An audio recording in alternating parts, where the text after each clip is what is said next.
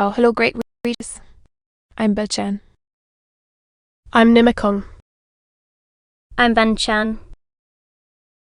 In this class, I'll read to all of you. Chap. 38 sec. One of Jane Eyre, an autobiography. As. Ah. Jane Eyre, an autobiography. Brontë. 7. 38 sec. 1. We dare. I married him. A quiet wedding we had. He and I. The parson and Kirk. Were alone present. When we got back from church, I went into the kitchen of the manor house, where Mary was cooking the dinner and John cleaning the knives. And I said, "Maid, I have been married to Mr. of people," incurring the danger of having one's ears pierced by some shrill ejaculation, and subsequently stunned by a torrent of witty wonderment.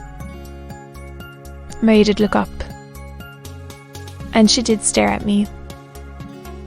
The ladle with which she was basting a pair of chickens roasting at the fire did for some 3 minutes hang suspended in air. Process. But Mary, bending again over the roast, said only, "Have you?" Yes. Well, a short time after she proceeded, "Did you go out with the master?" Or Tano. When I turned to him, was grinning from her terror. I told Mary how it would be, he said. I knew what Mr. Edward John was an old servant, and had known his master when he was the cadet of the house. Therefore, he often gave him his Christian name. He knew what Mr. Edward would do, and I was certain he would not wait long there. And he's done right, for aught I know. I wish you'd drink. Yes, and he politely pulled his furlock. Thank you. John. Mr. £5 note. Without waiting to hear more, I left the kitchen. In passing the door of that sanctum some time after, I caught the words, "She'll happen do better for him nor any oti grand ladies." And again, "Is she bent one of handsomest? She's known fall and very good natured, and I has seen she's very beautiful." I wrote to my house and to Cambridge immediately to say what I had done, fully explaining also why I had thus acted. Diana and Mary approved the step unreservedly. Diana announced that she would just give me time to get over the honeymoon, and then she would come and see me. She had better not wait till then. "Jane," said Mr. Rochester, when I read her letter to him, "if she does, she will be too late, for our honeymoon will shine our lifelong."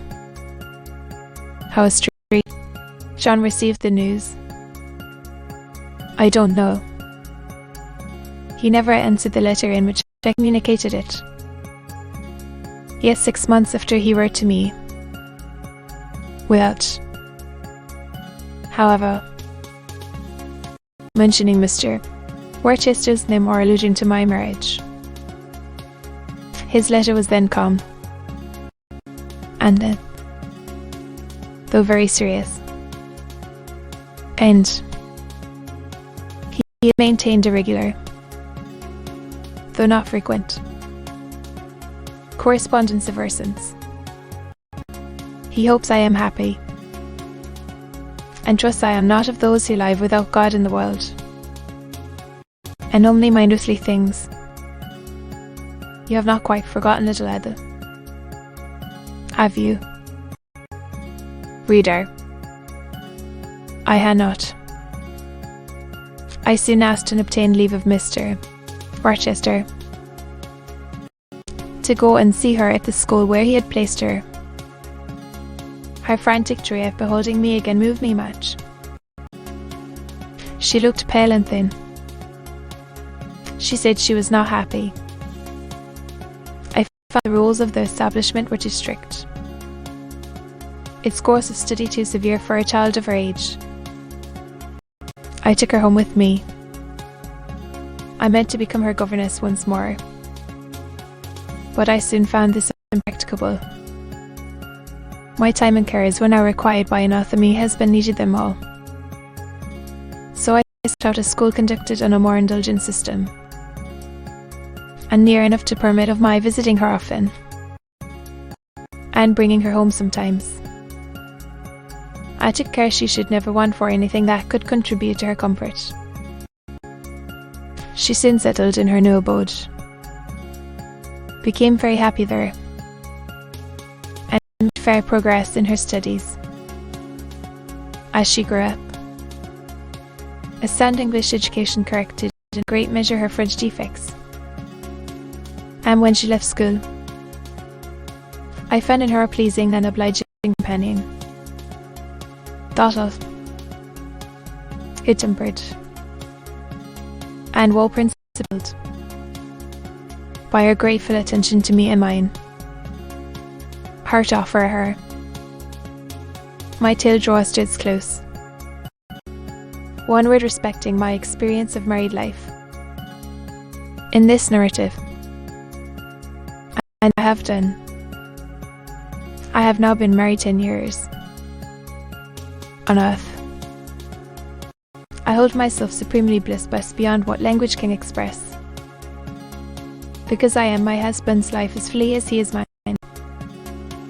No woman was ever nearer to her mate than I am, ever more absolutely bone of his bone and flesh of his flesh. I know no weariness of my Edward's society. He knows none of mine. Our separate bosoms. Consequently, we are ever together. To be together is for us to be at once as free as in solitude, as gay as in company. We talk, I believe, all day long. To talk to each other is but a more animated and inaudible thinking.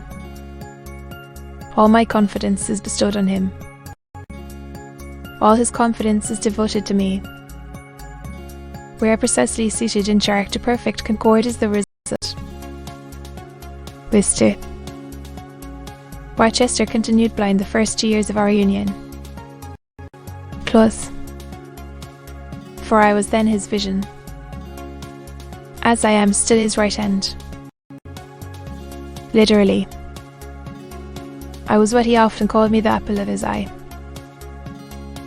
He saw nature so books through me, and never did I weary of gazing for his behalf, and of putting into words the effective field. True. Done. Or viva.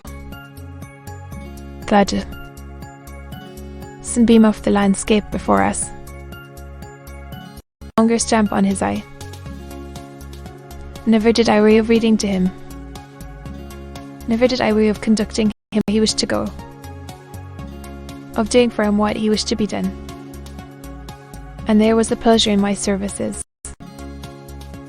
most full, most exquisite. Even though said he claimed these services without painful shame or damping humiliation. He loved me so truly that he knew no reluctance in profiting by my attendance. He felt I loved him so fondly that he owed that attendance was to indulge my sweetest wishes. One morning at the end of the 2 years, as I was writing a letter to his dictation, he came and bent over me and said, "Jane, I had a gold watch chain, I had. He informed me then that, and that now he was sure of it. He and I went up to London. He had the advice of an eminent oculist, and he eventually recovered the sight of that eye. He cannot now see very distinctly. He cannot read or write much, but he can find his way without being led by the hand. The sky is no longer a blank to him, death no longer a void. When his firstborn was put into his arms, he could see that the boy had inherited his own eyes, as they once were large, brilliant, and black. On that occasion, he again, with a full heart, acknowledged that God had tempered judgment with mercy.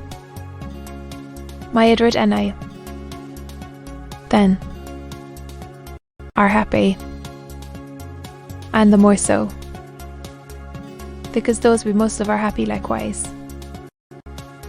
Diana and Mary Rivers are both married, alternately, once every year. They come to see us, and we go to see them. Diana's husband is a captain in the Navy, a gallant officer and a good man. Mary's is a clergyman, a college friend of her brother's, and then, from his attainments and principles, worthy of the connection, both Captain Fitzjames and Mr. Wharton of their wives, and are loved by them. Astor Street, John Rivers. He left England. He went to India. He entered on the path he had marked for himself. He pursues still, a more resolute, indefatigable pioneer never wrought amidst rocks and dangers. Found, faithful, and devoted, full of energy, and zeal, and truth. He labours for his race. He clears their painful way to improvement. He hews down like a giant the prejudices of creed and cast out and encumber it. He may be stern. He may be exacting. He may be ambitious yet. But his is the sternness of the warrior Greek art, who guards his pilgrim convoy from the onslaught of Apollyon. His is the exaction of the apostle, who speaks but for Christ. When he says, "Oh, silver will come after me," let him deny himself. Mr. Spirit, from the earth a host stand without fault before the throne of God. He shall the last mighty victories of the Lamb, who are called, and chosen, and faithful. Straight. John is unmarried. He never will marry now. Himself has hitherto sufficed to the toil, and the toil draws near its close. His course and hastens to its setting. The last letter I received from him drew from my eyes human tears, and yet filled my heart with divine joy.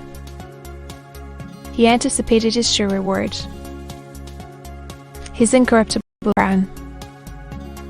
I know that a stranger is him will write to me next. Joy of his Lord. And why weep for this? No fear of death will darken street, John's last hour. His mind will be unclouded. His heart will be undaunted. His hope will be sure. His faith steadfast. His own words are a pledge of this. My master, he says, has forewarned me.